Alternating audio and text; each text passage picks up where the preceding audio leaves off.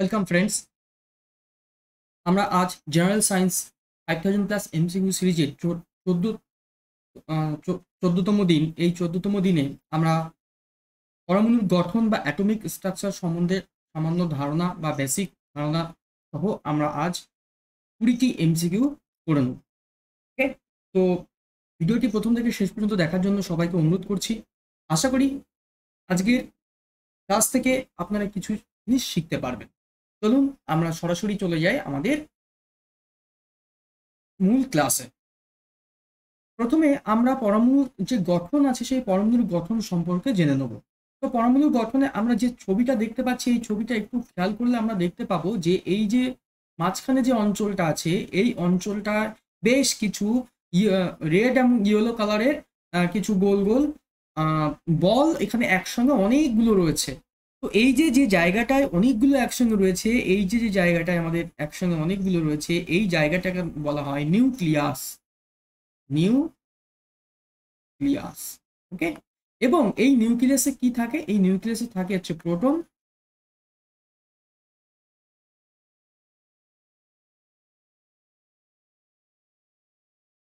এবং নিউট্রন। এই দুটো জিনিস কিন্তু এখানে থাকে। কি কি থাকে তাহলে? প্রোটন এবং নিউট্রন। এবং বাইরে যে নীল কালারের আমরা যে বলগুলো দেখতে পাচ্ছি, এই বলগুলো আসলে কি? এই বলগুলো দিয়ে প্রকাশ করা হয়েছে ইলেকট্রনকে। ইলেকট্রনকে তাহলে পরমাণুর দুটি অংশ আমরা বলতে পারি এক্ষেত্রে। একটি হচ্ছে নিউক্লিয়াস, দুটি অংশ নিয়ে গঠিত। একটি হচ্ছে নিউক্লিয়াস, যেটা ভেতরে থাকে, একদম পরমাণুর কেন্দ্রে থাকে, যেখানে প্রোটন ও নিউট্রন গায়ে গায়ে এবং একটি উপরে আরেকটি অত্যন্ত ঘনশূন্য বিশিষ্ট অবস্থায় থাকে। এবং ঠিক তার বাইরে আমাদের আরো কিছু রয়েছে, যেগুলোকে আমরা বলছি না ইলেকট্রন। এই ইলেকট্রনগুলো কিন্তু পরমাণুর নিউক্লিয়াস থেকে বাইরে থাকে এবং দেখা যাচ্ছে এখানে একটা বৃত্তাকার পথে এরা ঘুরছে এবং নির্দিষ্ট কক্ষপথে এরা কিন্তু ঘুরতে থাকে। এছাড়াও আমরা জেনে নেবো যে এই যে ইলেকট্রন, প্রোটন এবং নিউট্রন, এই ইলেকট্রন, প্রোটন এবং নিউট্রন, এই তিনটি কণিকা নিয়ে কিন্তু পরমাণু মূলত গঠিত। এছাড়াও আরো কিছু কিছু কণিকা আমরা দেখতে পাই, যেমন মেসন কণা, বেসন কণা, ঠিক আছে, ইত্যাদি কণা, পজিট্রন কণা। তো এই সমস্ত কণার ভর এবং অন্যান্য যে ক্যারেক্টারিস্টিক্স আছে সেগুলো অত্যন্ত জটিল। সেগুলো আমাদের ক্লাস 9 বা ক্লাস 10 এর ক্ষেত্রে তো নেই, বরং হাই লেভেলে রয়েছে, আমরা সেটার দিকে যাচ্ছি না। তাহলে এই যে তিনটে আমাদের কণা রয়েছে, একটা ইলেকট্রন নাম দিয়েছি যাকে ই মাইনাস দিয়ে প্রকাশ করা হয়, প্রোটনকে পি প্লাস দিয়ে প্রকাশ করা হয় এবং নিউট্রনকে এন মাথায় 0 দিয়ে প্রকাশ করা হয়। তার মানে আমি যদি কোথাও ই মাইনাস লিখি, সেটা আপনাকে দেখে নিতে হবে, বুঝে নিতে হবে যে এটি ইলেকট্রন লেখা হয়েছে। এবং প্রোটন অর্থাৎ পি প্লাস লেখা হলে অবশ্যই সেটি প্রোটন, ও এন 0 লেখা হলে সেটি নিউট্রন হিসেবে প্রকাশ করা হচ্ছে। এখন এই যে যে কণাগুলো রয়েছে, এই কণাগুলো নিশ্চয়ই ভর আছে। তো ভর কি, অর্থাৎ এদের মাস কি হবে? প্রত্যেকের কিন্তু মাস আলাদা আলাদা হবে। এক্ষেত্রে ইলেকট্রনের মাস সব থেকে কম। ওকে, ইলেকট্রনের মাস কত? 9.11 ইন্টু 10⁻⁻28 গ্রাম। ঠিক আছে, তাহলে ইলেকট্রনের ভর কত? 9.11 ইন্টু 10⁻⁻28 গ্রাম। এরপরে আমরা প্রোটন রয়েছে, প্রোটন কে H11 দিয়েও প্রকাশ করা হয়। ওকে, তো এর ভর কত? 1.672 ইন্টু 25 ইন্টু 10⁻⁻24 গ্রাম। কেজিতে করে নিতে পারেন, কেজিতে করলে আমাদের 31 এবং 27 হবে। এবং নিউট্রনের কণিকার ভর হচ্ছে 1.675 ইন্টু 10⁻⁻24। তো হিসাব করলে দেখা যাচ্ছে যে এই যে তিনটে আমরা ভর লিখেছি, এই তিনটি ভরের মধ্যে সব থেকে হালকা হচ্ছে ইলেকট্রন এবং সব থেকে ভারী হচ্ছে নিউট্রন। যদি আমরা খেয়াল করি তাহলে এই যে প্রোটন রয়েছে, প্রোটন ইলেকট্রন যেটা রয়েছে সেটা তার কত গুণ? না, সেটা তার 1834 গুণ। এটি ইলেকট্রনের কত গুণ ভারী? 1834 গুণ ভারী। এবং নিউট্রন ভারী হচ্ছে 1836 গুণ ভারী। এবং আরো কিছু আমাদের ক্যারেক্টারিস্টিক আমরা জেনে নিই তার মধ্যে, যেমন আধান, আধানের প্রকৃতি, আধানের প্রকৃতি এবং আধানের মান দুটোই আমরা জেনে নেব। ইলেকট্রনের আধানের মান আমরা লিখতে পারি বা আমরা জানি যে 1.6 ইন্টু 10⁻⁻19 কুলম্ব। অবশ্যই ইলেকট্রনের ক্ষেত্রে মাইনাস বা নেগেটিভ হবে, এই প্রকৃতিটাই হচ্ছে এর নেগেটিভ অলওয়েজ। এবং প্রোটনের কি, প্রোটন কিন্তু একই রকম হবে, কিন্তু এটা প্লাস হবে এবং 1.6 ইন্টু 10⁻19 কুলম্ব। ঠিক আছে, তাহলে এই হলো আমাদের দুটো আধানের প্রকৃতি, একটি আছে প্রোটন আর একটি আছে ইলেকট্রন। এবার আমরা কি করব, এবার দেখে নেব যে নিউটনের তাহলে কত, নিউটনের কিন্তু কোনো আধান নেই বা এটি আধান শূন্য বা আমরা বলতে পারি নিস্তড়িত।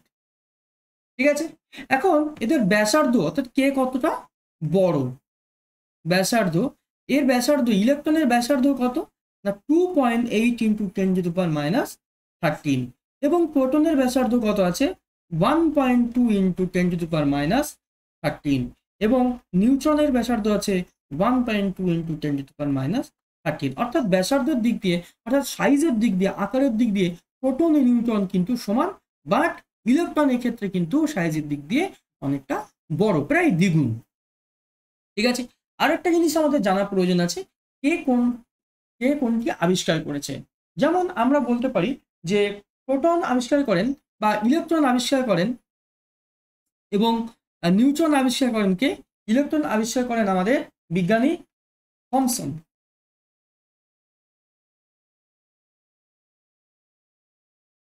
বিজ্ঞানী থমসন।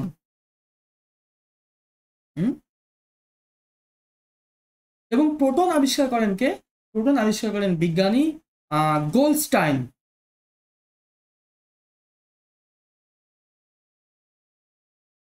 এবং এই নিউটন আবিষ্কার করেন কে, নিউটন আবিষ্কার করেন বিজ্ঞানী স্যাডউইক।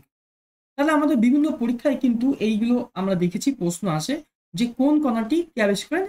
অরহ মানে আমরা যদি দুটি বা তিনটি পরীক্ষার প্রশ্ন দেখি তাহলে দেখতে পাবো যে এই তিনটে থেকে একটা প্রশ্ন আমরা পাবোই। তাহলে বিজ্ঞানী যা কে কি আবিষ্কার করে আমরা আরেকবার বলে দিই যে ব্যাসার্ধ আবিষ্কার করেন, ব্যাসার্ধর ক্ষেত্রে ইলেকট্রন আবিষ্কার করেন কে, ইলেকট্রন আবিষ্কার করেন বিজ্ঞানী থমসন।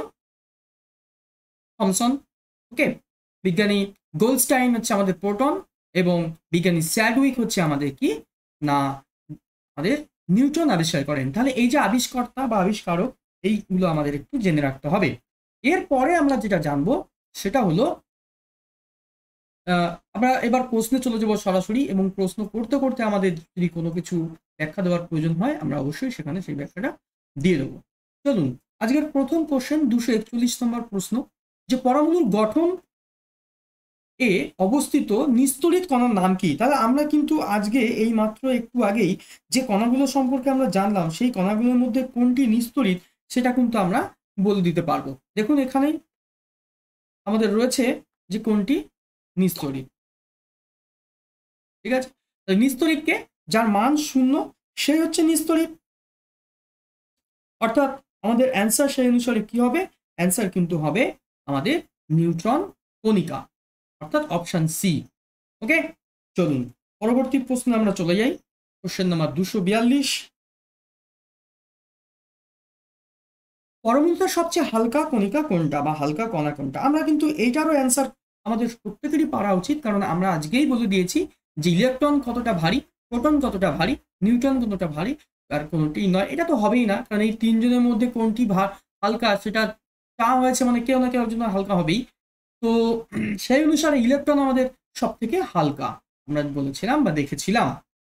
আমরা ইলেকট্রনের ভর কত বলেছিলাম 9.11 ইন্টু 10⁻28 গ্রাম, কেজি বললে 10⁻31।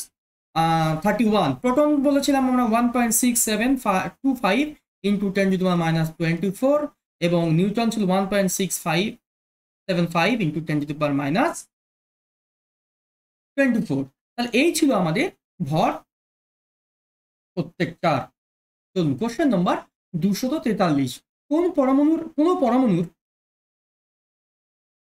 পরমাণু একটি ইলেকট্রন গ্রহণ করলে সেটি কিসে পরিণত হয়। অর্থাৎ একটি পরমাণু, আমি যে কোনো একটা পরমাণুর কথা ভাবি, এক্স একটি পরমাণু, এর ইলেকট্রন সংখ্যা আছে ধরুন 10টি। ঠিক আছে, তাহলে আমরা বলতে পারি এর প্রোটন সংখ্যা কত, ইলেকট্রন সংখ্যা 10টি হলে প্রোটন সংখ্যা কত, এটিও কিন্তু 10টি। এখন এ যদি একটি ইলেকট্রন গ্রহণ করে তাহলে 10 + 1 অর্থাৎ 11 হলো, 11টি ইলেকট্রন হলো। সুতরাং একটি ইলেকট্রনের বেশি, তার মানে ঋণাত্মক হয়ে যাবে। আর ঋণাত্মক হওয়ার অর্থ হচ্ছে কি হবে, এ হয়ে যাবে অ্যানায়ন। চলুন কোশ্চেন নাম্বার 244, সোডিয়াম পরমাণু নিউট্রন সংখ্যা কত? বেশ, এখানে আমরা যেটা দেখতে পাচ্ছি এই বিষয়টা একটু আমরা জেনে নেবো যে কোনটা কিভাবে কি প্রকাশ করে।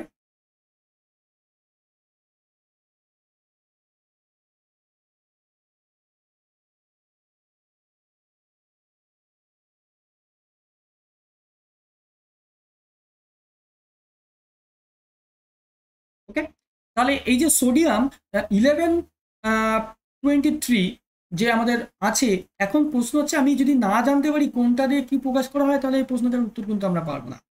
তো আমরা এই যে সংকেত আমাদের যেটা রয়েছে সেখান থেকে আমরা বলবো যে এই যে নিচে যে অংশটা থাকে, নিচে অর্থাৎ সোডিয়ামের এখানে থাকতে পারে নিচে, অথবা এ পাশেও থাকতে পারে, ডান দিকে বাম দিকে যেখানেই থাকুক, এটা হচ্ছে আমাদের প্রোটন সংখ্যা। তাহলে প্রোটন সংখ্যা কত?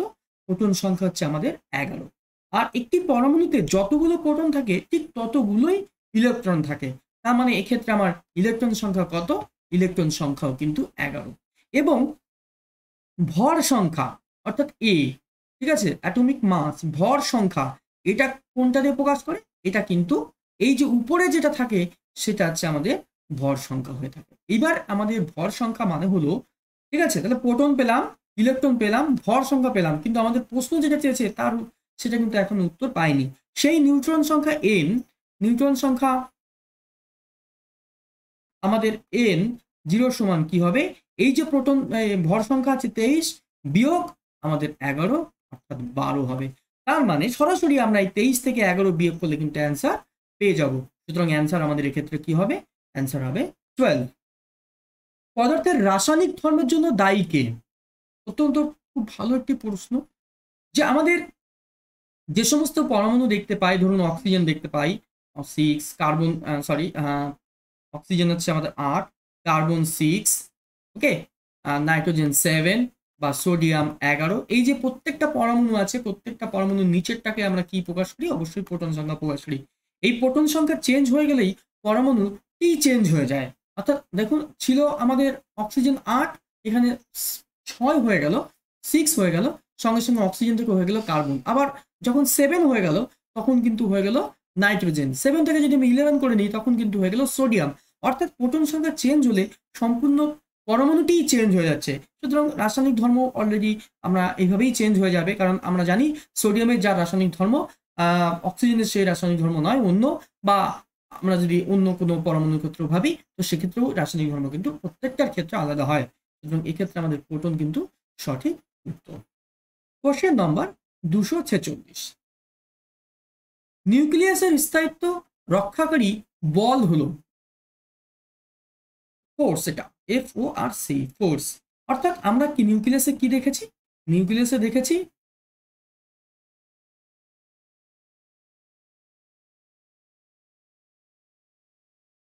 নিউক্লিয়াস হচ্ছে কেন্দ্রে থাকে। তাহলে এই নিউক্লিয়াসে আমরা প্রচুর পরিমাণে প্রোটন এবং প্রচুর পরিমাণে নিউট্রন থাকে এবং একটি জায়গায় আবদ্ধ থাকে। ভালো করে প্রথম ছবিটা একটু মনে করুন যে একটি জায়গায় অনেকগুলো একসঙ্গে আছে, কিন্তু এই এখন একসঙ্গে কি থাকা উচিত? দেখুন একটা পজিটিভ আর একটা পজিটিভ একে অপরকে কি করে? বিকর্ষণ করে। ওকে, তাহলে যদি বিকর্ষণ করে তাহলে কি এদের দূরে সরে যাওয়া উচিত ছিল, কিন্তু দূরে সরে না গিয়েও এরা সবগুলো এক জায়গায় রয়েছে। তো এই এক জায়গায় থাকার জন্য কি বল আমাদের রক্ষাকারী বল? সেই বলের নাম হচ্ছে নিউক্লিয় বল। অর্থাৎ যে বল দ্বারা প্রোটন ও নিউট্রন পরমাণু নিউক্লিয়াসে আবদ্ধ অবস্থায় থাকে সেই বলকেই কিন্তু বলা হয় নিউক্লিয় বল। এবার আরেকটি দারুণ প্রশ্ন, যে হাইড্রোজেনের আইসোটোপ, একটি আইসোটোপ হাইড্রোজেন H আমাদের চিহ্ন বা সংকেত দুটোই, কিন্তু হাইড্রোজেনের 3টা আইসোটোপ রয়েছে না, কি কি? H11, H12, H13। এক্ষেত্রে আইসোটোপ কাকে বলে আমরা জাস্ট ওয়ান লাইনে বলে দেবো। যদি কোনো পরমাণু, এই যে হাইড্রোজেন হাইড্রোজেন হাইড্রোজেন, তার মানে একই পরমাণু হবে, যদি প্রোটন সংখ্যা সমান হয় তবে তাদেরকে বলবো আইসোটোপ। তাহলে আমরা হাইড্রোজেনের আইসোটোপ 3কে লিখলাম, কিন্তু এখানে তাহলে কোনটি হবে? লিথিয়াম, হিলিয়াম, স্টেরিয়াম, ডয়টেরিয়াম। এই যে যেটা আছে এটাকে পোট্রিয়াম বলা হয়। ওকে, এটা সাধারণ হাইড্রোজেন, তারপরে পোট্রিয়াম, তারপরে ডয়টেরিয়াম। তাহলে সেক্ষেত্রে আমাদের অ্যান্সার হবে কি? ডয়টেরিয়াম। ডয়টেরিয়ামের সংকেত হচ্ছে H13। চলুন নেক্সট 248, পরমাণুর সর্ববহিস্থ কক্ষে সর্বাধিক কটি ইলেকট্রন থাকতে পারে? আমরা দেখুন যে ছবিটা আমরা দেখেছিলাম সেই ছবিতে আমরা পরমাণু ওই যে গোল গোল যে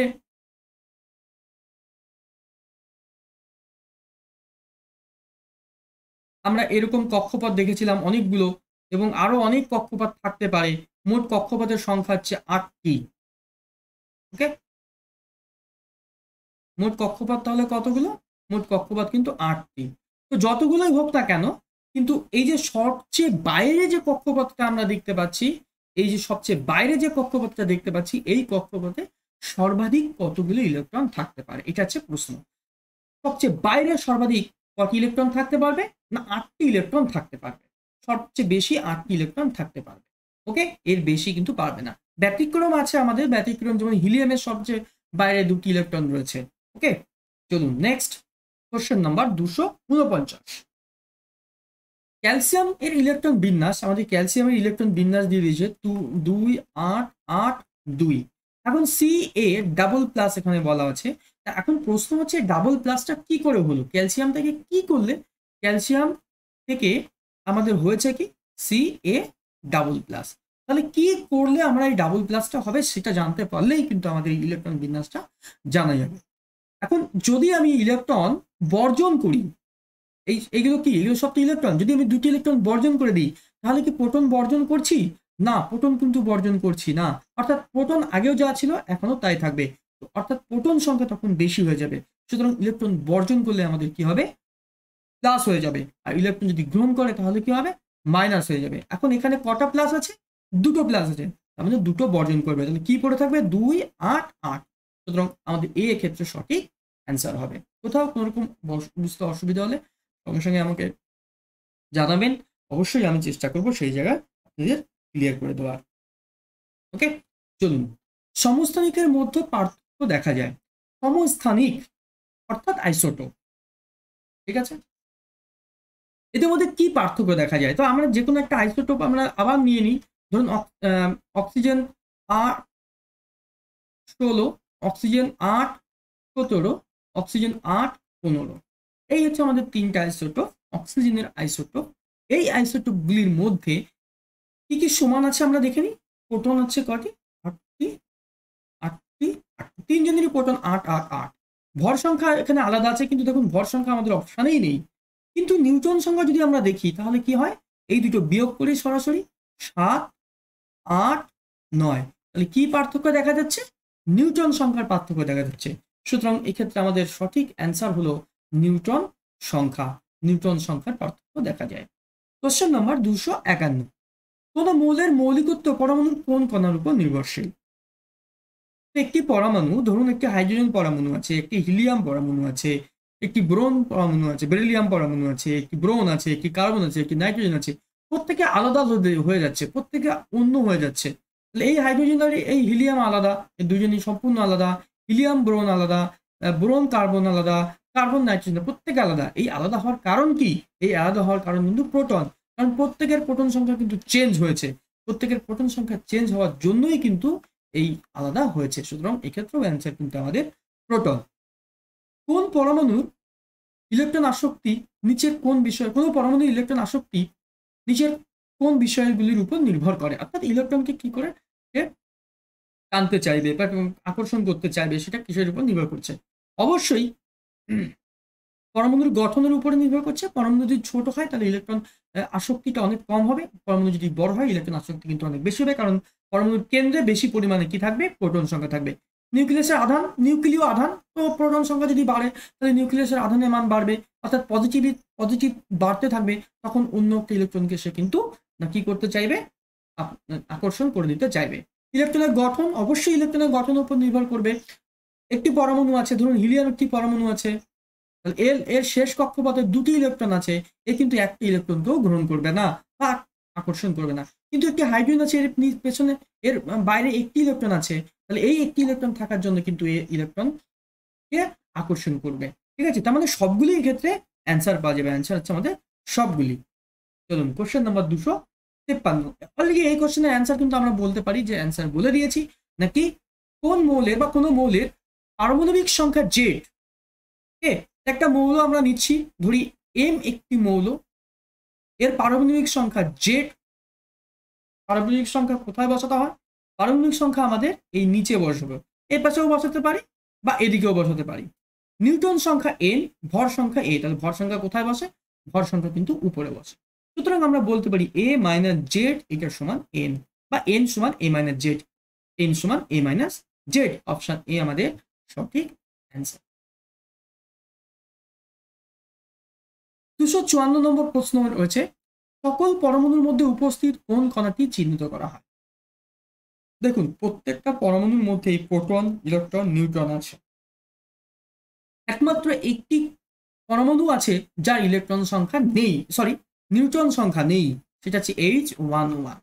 বাকি সমস্ত কণিকায় আমাদের কিন্তু এই তিনটে যে মূল কণা, এই প্রোটন, ইলেকট্রন, নিউট্রন আছে। ওকে, তাহলে এদেরকে চিহ্নিত করার কোনো ব্যাপার নেই। কিন্তু আরেকটা জিনিস রয়েছে, যেটাকে আমরা প্রথমে বলেছিলাম যে আরো অন্য অন্য কণা থাকে যেগুলোর নাম আছে মেসন, বেসন, বোসন, তারপরে পজিট্রন, ঠিক আছে, এইগুলো। এদের মধ্যে মেসন কণাকে কিন্তু চিহ্নিত করা হয়। বিভিন্ন মৌলের বিভিন্ন পরমাণুগুলির নিউটন সংখ্যা সমান হলে তাদেরকে কি বলা হয়? তাহলে কি সংখ্যা সমান বলেছে? নিউটন সংখ্যা সমান। তাহলে কি বলবো? আইসোটোন। এক্ষেত্রে মনে রাখার একটা উপায় রয়েছে যে আমাদের যদি নিউটন সংখ্যা সমান হয় তাহলে আমরা বলি আইসোটোন। দেখুন, সবগুলোতেই আইসো কথাটি আছে, সবগুলোতেই আইসো কথাটি কমন, কিন্তু এর পরে আছে টোন, এবং প্রোটন সংখ্যা সমান হলে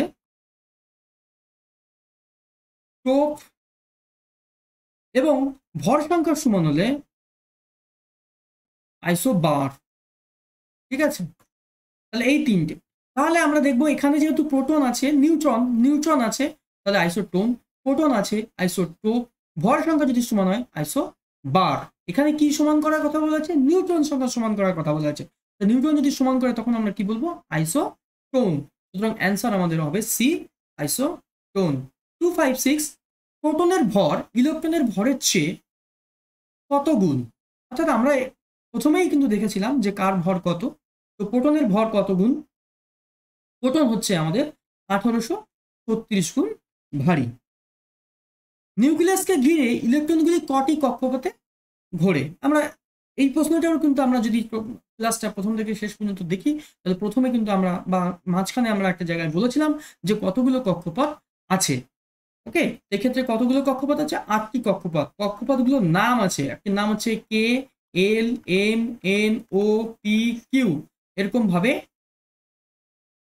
কে, এল, এম, এন, ও, পি, কিউ, আর 1, 2, 3, 4, 5, 6, 7, 8, এই হচ্ছে আমাদের কক্ষপথের সংখ্যা। চলুন নেক্সট। কোন পরমাণু জোড়টি পরস্পরের আইসোটোপ? আর কি বলেছে? আইসোটোপ। আচ্ছা, আইসোটোপ হলে সহজে আমরা কি করে চিনতে পারবো? আমাদের আইসোটোপ হলে এসব কিছু দেখার দরকার নেই, কিছু দেখার দরকার নেই। কি দেখে সহজে চিনতে পারবো? সহজে চিনতে পারবো দুটি মৌলই কিন্তু সেম মৌল হবে। এখানে দেখুন ক্লোরিন আছে, এখানে দেখুন ক্লোরিন আছে, তার মানে এই দুটোই আইসোটোপ। দুটো মৌল একই মৌল যদি হয়, দুটো মৌল যদি সেম মৌল বা একই মৌল যদি হয়, তাহলে তার অবশ্যই একে অপরের আইসোটোপ। কোন পরমাণু জোড়টি বা জোড়াটি পরস্পরের আইসোটোন? অর্থাৎ এখানে কি নিউট্রন সংখ্যা সমান? নিউট্রন সংখ্যা সমান বললে আমরা কি করব? এবার কিন্তু আমি সরাসরি দেখে বলতে পারবো না। যেমন ধরুন এই দুটো সেম আছে, কার্বন কার্বন আছে, তার মানে এটা হবেই না, কারণ এটা কি? এটা হচ্ছে আইসোটোপ। এবার দেখুন এখানে কি আছে? 40-40 আছে, তাহলে ভর সংখ্যা সমান আছে, তাহলে এটা কি? আইসোবার। সুতরাং এটাও হবে না। এই দুটোর মধ্যে যে কোনো একটা অ্যান্সার হতে পারে, কিন্তু আমরা এটা বিয়োগ করে দেখি। এটা বিয়োগ করলে কত পাচ্ছি? 30 থেকে 14 বিয়োগ করলে 16, এটা থেকে এটা বিয়োগ করলে 16, অর্থাৎ নিউট্রন সংখ্যা উভয়ের ক্ষেত্রে 16-16। সুতরাং আইসোটোন হচ্ছে আমাদের এই প্রথম জোড়া, অর্থাৎ সিলিকন 1430 এবং ফসফরাস 1531। কোশ্চেন নাম্বার 260 এবং আজকের এমসিকিউর শেষতম কোশ্চেনে কি রয়েছে? ইউরেনিয়াম 92238 একটি মৌল রয়েছে, এবং ইউরেনিয়াম বলে দিই, ইউরেনিয়াম কিন্তু একটি রেডিও অ্যাক্টিভ এলিমেন্ট, অর্থাৎ তেজস্ক্রিয় মৌল। এখান থেকে দুটি প্রোটন চলে যাবে, তাহলে দুটি প্রোটন গেলে 90-2 হয়ে যাবে, সরি 92-2 অর্থাৎ 90 হয়ে যাবে। উৎপন্ন হচ্ছে কি? এক্স। তাহলে এক্স এর নিচে কত হবে? 90। কিন্তু দুটি নিউট্রন কণিকা চলে গেছে, তাহলে 92 ছিল, দুটি প্রোটন গেছে আবার দুটি নিউট্রন গেছে, তাহলে ভর সংখ্যা কিন্তু কমে যাবে আলটিমেটলি। সরি, 238 ছিল ভর সংখ্যা আমাদের, 238 ভর সংখ্যা। 238 থেকে আমাদের প্রথমে প্রোটন বিয়োগ যাবে, তারপরে নিউট্রন বিয়োগ যাবে। সুতরাং আমাদের এক্ষেত্রে কত হবে? 234, অর্থাৎ 90x 234 আমাদের সঠিক অ্যান্সার, অর্থাৎ অপশন বি আমাদের সঠিক উত্তর। ওকে, তো এই ছিল আজকের আমাদের জেনারেল সায়েন্স 5000+ এর এমসিকিউ সিরিজের 14তম দিন। এই 14তম দিনে আমরা পরমাণু সম্পর্কে একটু আলোচনা করলাম, এছাড়াও পরমাণু সংক্রান্ত আমরা 20টি এমসিকিউ করে নিলাম। আশা করি এই এমসিকিউগুলো আপনাদের যে কোনো সময় কাজে লাগবে, এবং আমরা যে ছোট ছোট বেসিকগুলো দিয়েছি সেগুলো প্রয়োজনে আরও একবার দেখে নেবেন, যা আপনাদের ভবিষ্যতে কিন্তু অনেক উপকারে কাজে লাগবে। যদি প্রত্যেক দিনের পিডিএফ প্রয়োজন হয় তাহলে অবশ্যই টেলিগ্রাম চ্যানেলে জয়েন করবেন। আমরা টেলিগ্রাম চ্যানেলে আপনার পিডিএফ প্রোভাইড করছি, সেখান থেকে আপনি সংগ্রহ করতে পারেন। এছাড়াও আমাদের ফেসবুক পেজ এবং ফেসবুক গ্রুপে জয়েন করে রাখবেন, যাতে আপনার যে কোনো সময়ের আপডেট আপনারা পেতে পারেন। যদি ভালো লাগে অবশ্যই ভিডিওটি লাইক করবেন, এবং কোথাও কোনো সমস্যা, বুঝতে অসুবিধা, কোথাও ভুলভ্রান্তি বা কোনো ইনফরমেশন যদি নতুন অ্যাড করতে হয়, নতুন প্রশ্ন প্রয়োজন অ্যাড করতে হয়, তাহলে অবশ্যই আমাকে কমেন্ট করে জানাবেন, এবং প্রয়োজনে বন্ধুদের মধ্যে শেয়ার করবেন। আর যারা নতুন তারা অবশ্যই সাবস্ক্রাইব করবেন এবং পাশে থাকা বেল আইকন প্রেস করবেন। সকলকে সঙ্গে থাকার জন্য অসংখ্য ধন্যবাদ। সবাই সাবধানে থাকবেন, সতর্ক থাকবেন।